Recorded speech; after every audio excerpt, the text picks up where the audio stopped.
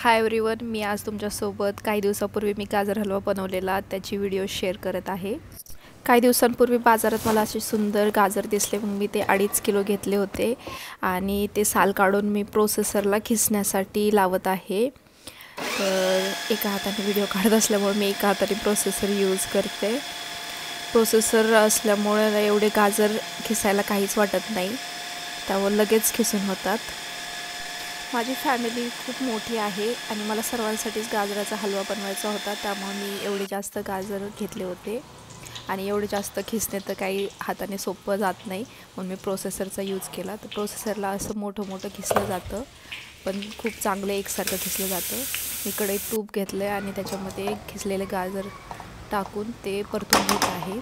थोडा वेळ परतून घेऊन मी आता त्याच्यावरती झाकण ठेवते आणि गॅसची फ्लेम ही लो ठेवायची। हे अजून निम्मे राहिलेले गाजर आहेत, तर थोड्या वेळानंतर मी चेक करून परतत होते, कारण खाली जर लागलं तर करपू शकतो गाजर, त्यामुळे सतत हलवत राहायचं थोड्या वेळानंतर आणि झाकून त्याला परतून घ्यायचं। चांगलं ते थोडंसं शिजेपर्यंत परतून घ्यायचं आणि सारखं झाकण घेऊन परतायचं। गाजर थोडी जास्त असल्यामुळं मग मी थोडीशी मीडियम लो हीट ठेवली। त्यानंतर ते गाजर शिजतायत म्हणून मी तोपर्यंत बदाम आणि काजू चॉप करायला घेतले। काही गाजर हलव्यामध्ये आत टाकायला थोडे बारीक चॉप केले आणि गार्निशिंगसाठी थोडे लांब चॉप केले। तर हे गाजर जरा शिजत आले होते आणि त्याला सारखं हलवत राहायला लागतं, नाहीतर ते खाली लागून करपू शकतात।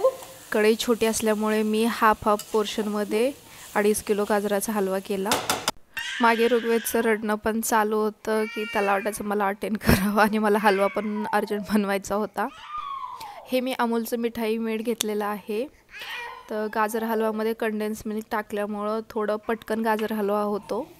Half kg गाजरांसाठी 100 gram condense milk पुरेसं होतं, तर मी थोडं कमीच यूज केलं आणि थोडं दूध आणि साखर पण यूज केली। त्यानंतर झाकण न ठेवताच परतायचं आणि तसाच गाजर हलवा होऊन द्यायचा। त्याच्यामध्ये चॉप केलेले काजू आणि बदाम टाकायचे, त्यानंतर हे गार्निश केलेला गाजर हलवा।